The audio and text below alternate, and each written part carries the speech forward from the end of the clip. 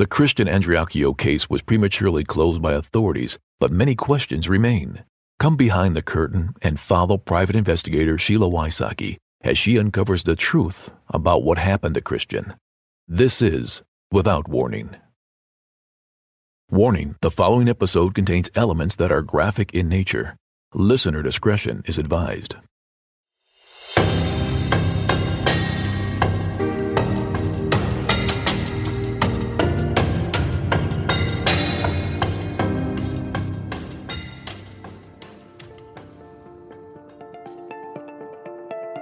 In the last episode, you heard from Mike, Jay, and Claudia, 3 private investigators who spoke with Whitley. You also got to hear that Whitley likes to talk about Christian's case and who her neighbors were. Unfortunately, Whitley has moved on from that apartment. My sense is when Dylan went to Christian's grandfather and was worried that Whitley was going to throw him under the bus, he had good instincts. So you gotta wonder, who's gonna take the fall?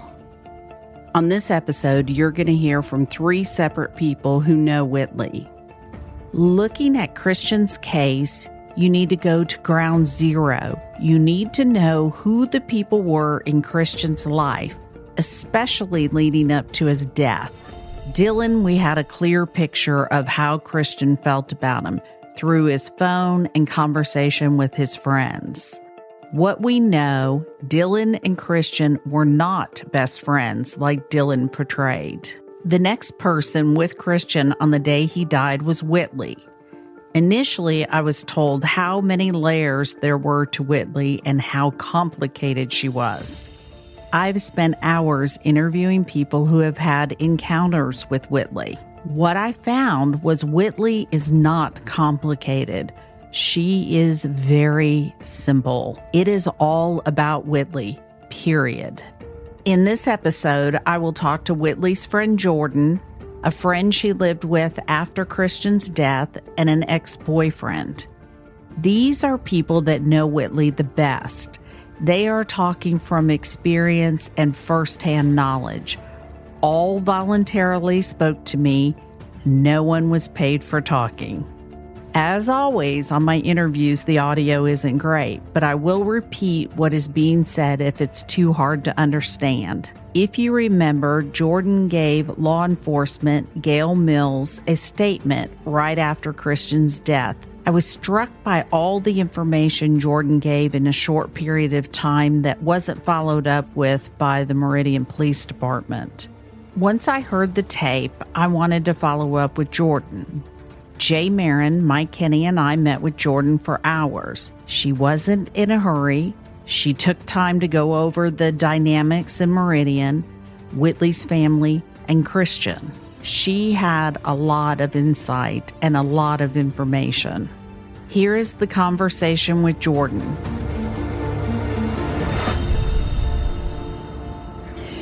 So why do you protect Whitley so much? Because I know her heart, and I know, like, she's been my best friend since elementary school, and I have done some pretty evil things myself too. But then it's also where we come from too. You know, like, we're raised that way. But then when we reach, you know, that point in our life where we can make the decision if we want to stay and continue the madness, or if we just want to leave and branch off. And that's why I think Whitley is in Key West right now, and I think that is why she moved to Alabama too. So the way I perceive Whitley is she's really good at manipulation and having people protect her, and she doesn't have to stand up to the truth. And it's because she's so well protected. When is she going to have to grow up and own what she did? She's really not that protected. She's just has a good way of staying out of the way. Because a lot of people drag her. And a lot of people drag me for being her friend, but we have been friends since elementary school. You know, like, we have had ups and downs, but, like, you know, now we're not as close as we used to be because we just took different routes in life. So everything that I've read about her does not sound like she has a good heart. She does. She's a good person. She's done a lot for me. She's been good to me. So tell me one good thing that she's done for you personally. She's given me a place to stay. Anytime I needed something, she's given me $500 because I had nothing. She's took me shopping. She's just been like a good friend, like got my back. She's never told a lie on me. She's never talked down on me, as far as I know. What have you seen her do to other people? How has she been to other people? Well, with her, she's the same. Like, for example, look what she just did to Dallas, you know? Well, that was you know? like, I don't know what that was like years ago, 16, 15-year-old shit. That was like years ago. But after the whole Christian thing, I've never seen her do anything bad to anyone. What about stealing passports of people she was living with in Key West? I didn't hear about that. She lived above the strip club, all the way down by the 90 miles from... The other strip club, what's that one? On Olivia Street. No, it's on Duval. They all sit on the front porch. Yeah. They're right across the street from... And upstairs is an apartment. Yeah. And apparently she lived with 3 up there. people, remember? She stole passports from... Yeah, they were like foreign. Yeah. So I think she did that to be a bitch. Because she's sadistic like that. Okay. That is true. So I guess here's what... Do I think she's capable of killing someone? Absolutely. Do I think she's smart enough to get away with it? Absolutely. But I don't know. I guess what Sheila was trying to tell you is like just to show you how mean she is to other people, you know? Yeah. She might be good-hearted with you, but overall she's more like, oh yeah, Whitley's fuck sadistic. this person, fuck this person. She's sadistic. And maybe it's a difference between, you said it was Mississippi, you know, the way y'all have been raised, but... Which is horrible. I would never raise my kids. Sounds like, though, you might be the truest thing to family that she has. Because Mom doesn't sound like she treated her very well, Grandma. No. But you've been a constant good thing Yeah, we're throughout her life. family, for sure. But that does not dismiss the fact that she is a fucked up human being. But I am too, though. Like, she thinks I am, and I think she is, but we have an understanding of why. And it does have to do with our life as... Did she change after Christian's death? Yeah, she did. In what way? In like a earthy way, like a hippie way. Like, she's always been a hippie at heart, but like, it turned more visual than it was mental for her. The motive? It's either the fact that he refused to do the deal. The $2,000. That probably like set it off. I'm sure there's more behind it that no one knows. Like, Christian might have been talking shit, because Christian was a shit talker. That kid was a shit, and then he was about it too. So, because he would fight. Not only, hell yeah, and not only, and see, the 𝐓𝐇𝐒𝐄s, they're so white, they don't understand anything that's going on. And Whitley was on the couch. She was on the couch. So she says. But she told me she was in the bed, and the bathroom was near the bed. So she lied to everybody else, but told me the truth.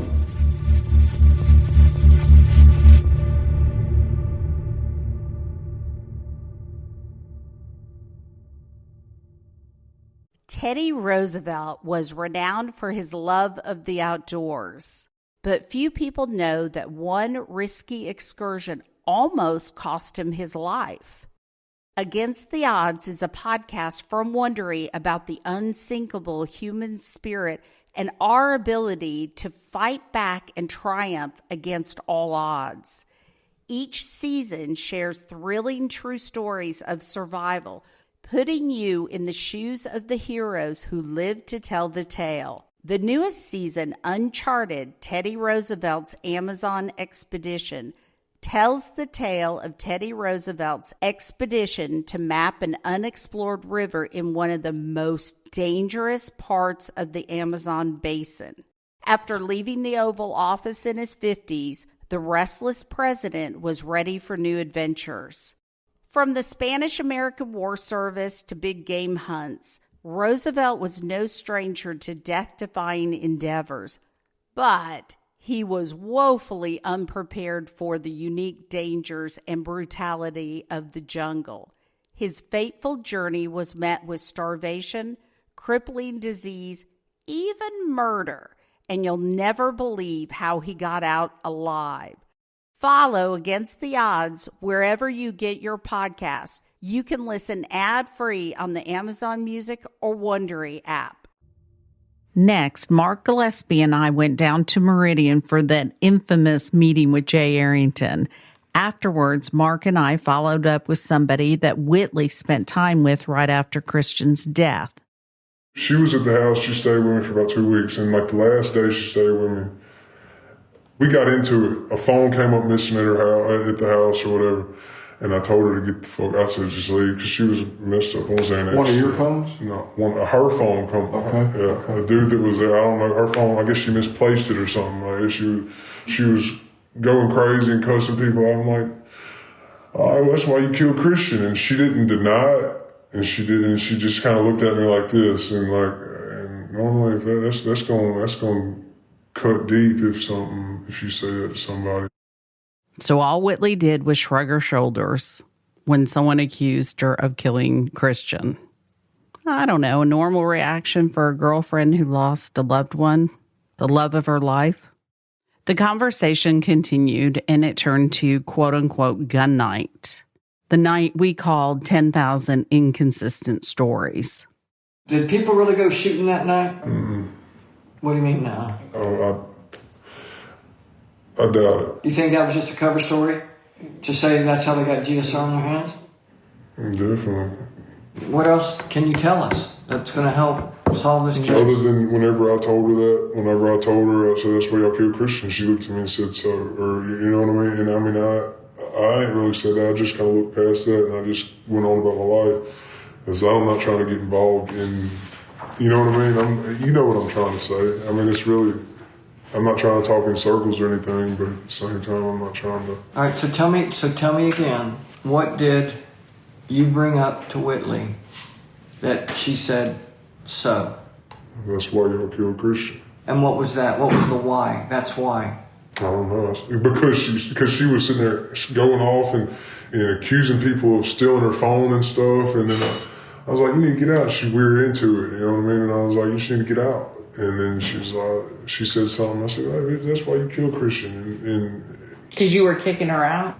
No, that was kind of like a figure of speech. Like, that's why you killed her. You know what I'm saying? It's hard to really explain. It's kind of So it wasn't any specific thing? No specific thing. It was just like throwing it out there. And then she just said so. I'm like, well, but she was really messed up on Xanax. Back then, I was taking Xanax a lot. I don't take them anymore, but we was all, and she was messed up on Xanax real bad. That's why I said it. And she said that. I don't know if it was the drugs talking, but she said so. You know when you're sitting there talking to someone and you know they want to tell you more, but they just can't bring themselves to do it because they're scared of maybe Whitley? Yeah, Whitley killed Christian. And why do you say that? Because she said so whenever I told her she killed Christian. But she didn't say, I killed Christian. She said, I said, that's why y'all killed Christian. And she said, so, and then walked away and got... We took the conversation outside, and you can hear the crickets in the background and the night noises. It was a beautiful evening in Meridian. No one really knew. So how long after Christian was killed that she said, made that utterance? Maybe 5 days. All right, so within a week. Yes. There was a similar story in Key West when a landlord was kicking Whitley out. He said that she became enraged, and he turned to her and said, "Are you going to kill me like you did the boy in Mississippi?" At that point, she got her stuff, went out into the middle of the street, and started rocking back and forth. What the landlord noted was she never denied it. Saying so and shrugging your shoulders 5 days after the love of your life is dead.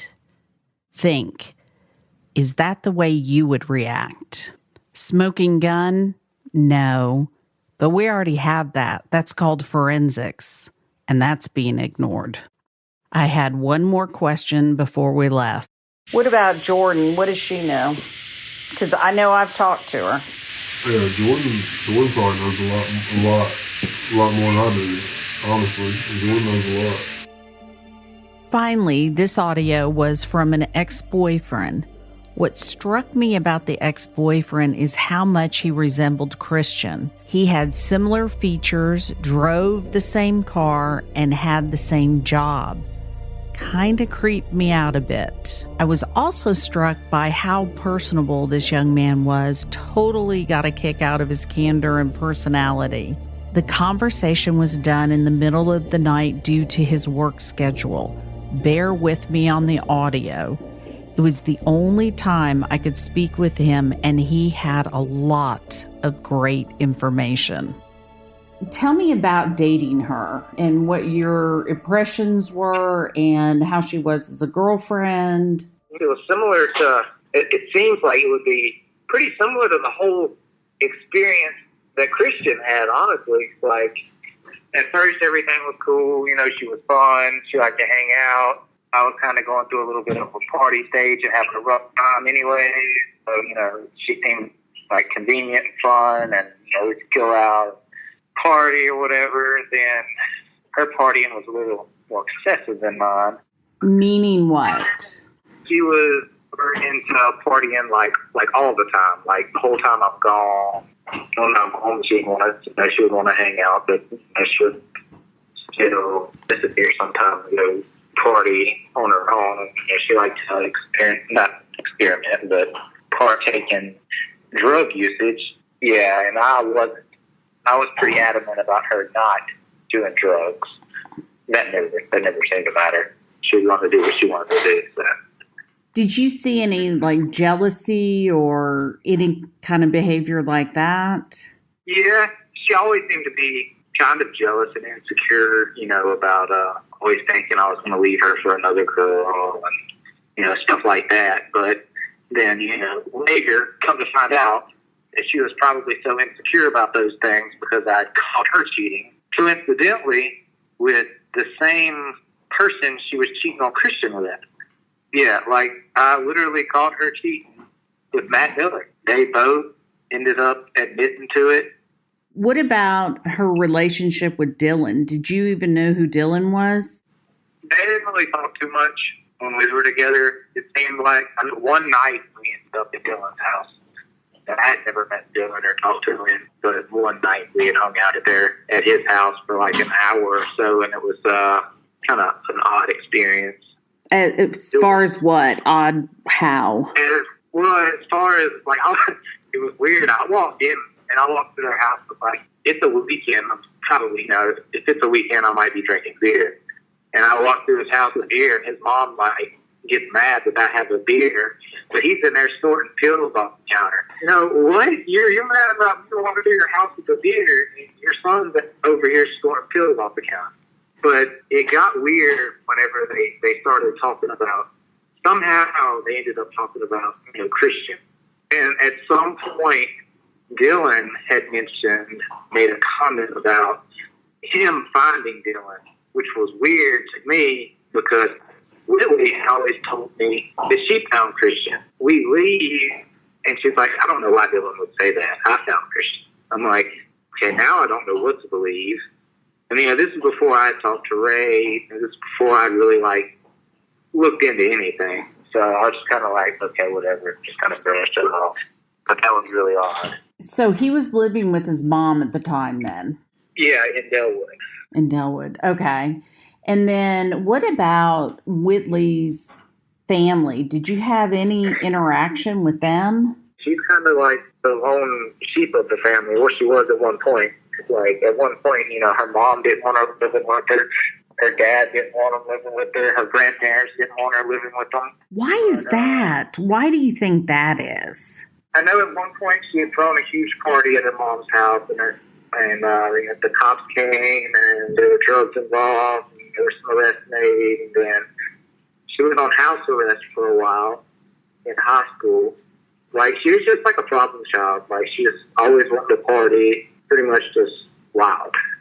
Some of the people I've talked to, the girls said they are scared of her. Why do you think people are scared of her? Because you dated her. Were you ever scared of her? I wouldn't say that I was necessarily scared of her, but we had some. Yeah, I kind of was there at the end. She did hit me in the head with a liquor bottle and blacked my eye once. So I had confronted her about a guy that she had lied about talking to. And when I did confront her, she just flew off the handle into like a crazy rage. Like she took my keys and ran and hid them so that I couldn't leave. When I tried to get to my keys, or when I was looking for them, she ended up cornering me at one point. And I was like, look, I'm just leaving. I'm leaving. This is stupid. I'm leaving. And she was like freaking out, hollering, screaming, just goes ballistic. Starts hitting me in the face. Yeah, I slipped some water or something that spilled on the floor and fell to the ground. And I did. I looked up, and she had I want to say it was a Bailey's bottle, and she just like whacked me over the side of the head with it. And I was like, screw this. And I couldn't leave, so I literally locked myself in the bathroom and called her mom and made her mom come over there and to deal with her until I could get my keys to leave.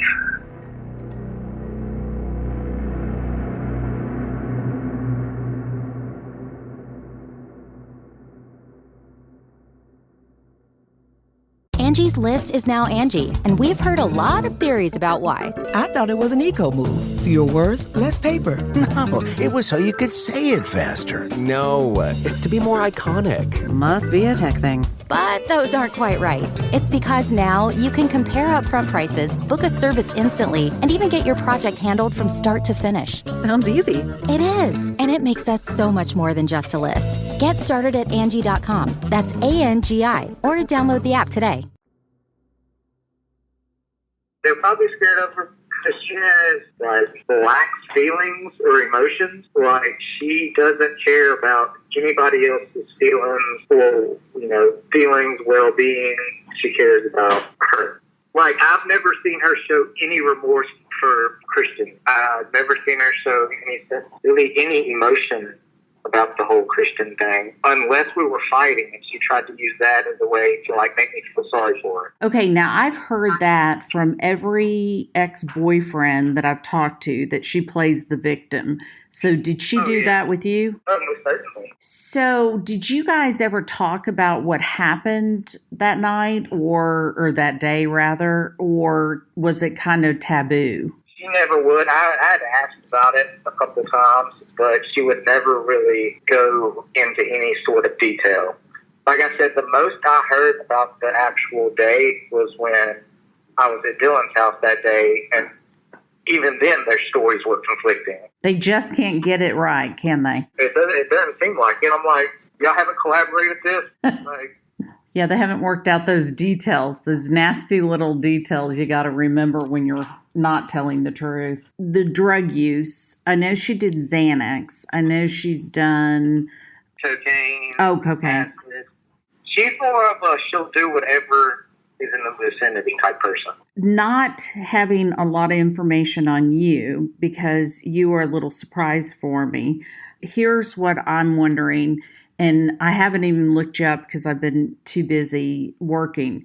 So I'm assuming you're a good-looking guy with a good job and had excess money. Does that sum you up? I live comfortably. Okay, for Whitley, would she consider you somebody who made good money? Oh, yeah, for sure. Okay. Like, I definitely made more money than, like, her family. Okay. Were you targeted by her, that she was going to manipulate you for money? At first, I didn't think that. And then, like, once I started learning about, like, the whole Christian thing and what had happened and, like, the fact that it's weird. It's weird because, first of all, I worked on a barge where the tank them in the exact same thing Christian did. Which, okay, that's not that big of a coincidence. But then I'm like, okay, Christian drove a Jeep. I drove a Jeep. Christian was tall and had kind of shaggy hair. I'm about 6 foot tall, and I, at the time, had medium length, shaggy, dark hair. It was creepy. Yeah. Creepy. And then she cheats with the exact same guy. So she never stole from you? No, she wouldn't have a way to steal from me. But, I mean, she would, like, the only way she ever got money out of me was she would never, like, directly ask for money. She would, oh, poor me, I don't have any gas, I don't have any food, my family won't give me any money, blah, blah, blah, blah, blah, until I was just like, okay, well, I'll give you some money. She used the same thing on Christian. Yeah.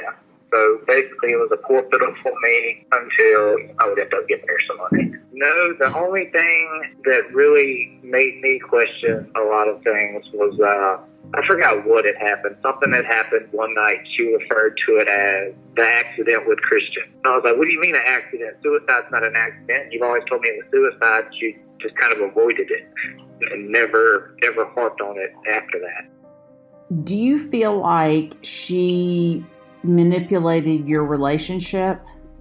I think it was all big manipulation. Do you think she has the ability to love a boyfriend or love someone other than herself? I don't think she has the ability to love anybody.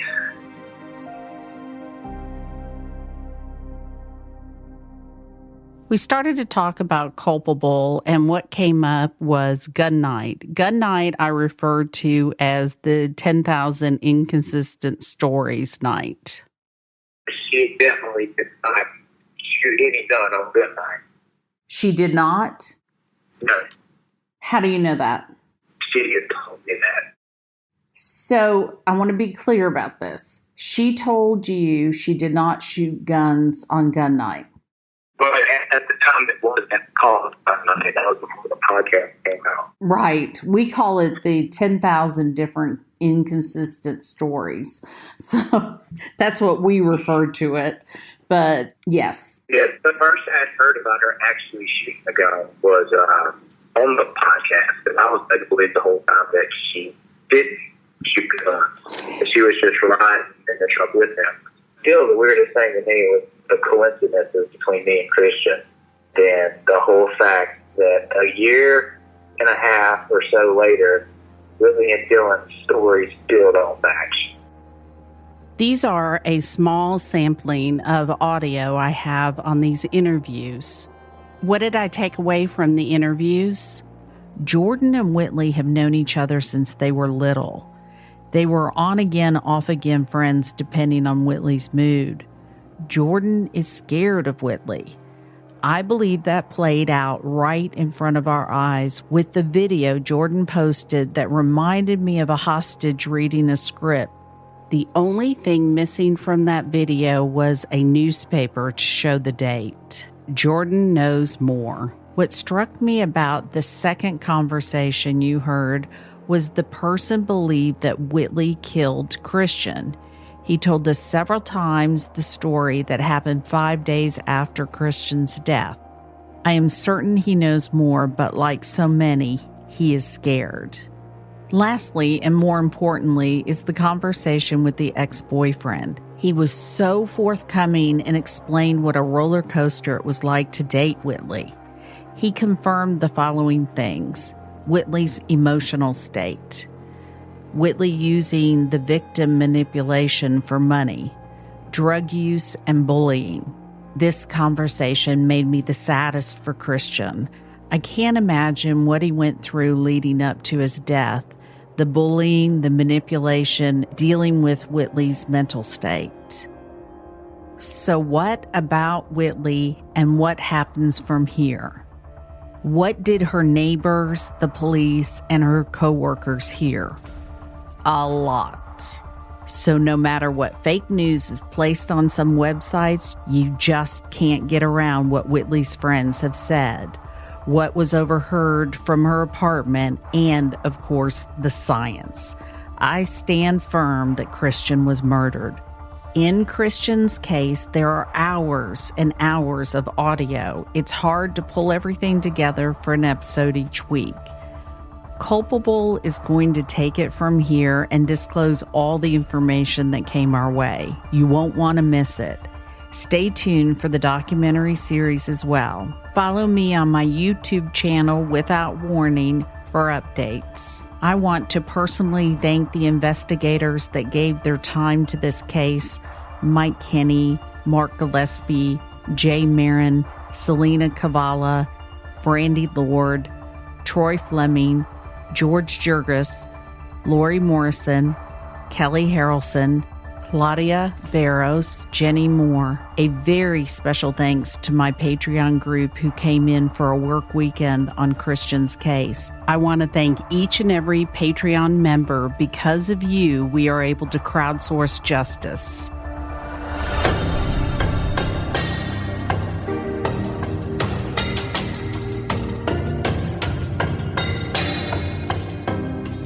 Christian's family gives their full permission for any and all details to be shared in hope that the truth will come out.